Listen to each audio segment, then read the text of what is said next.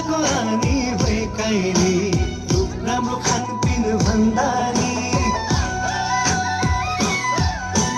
पोटिलो गाना सुहाउने ज्यान यतै पो गयो यो मेरो ध्यान पारेर गर्छु मन खुल्ला हाँसो सम्झिने फ्याफुल्ला मन लाग्यो बोल्न दिल खोली क्या राम्रो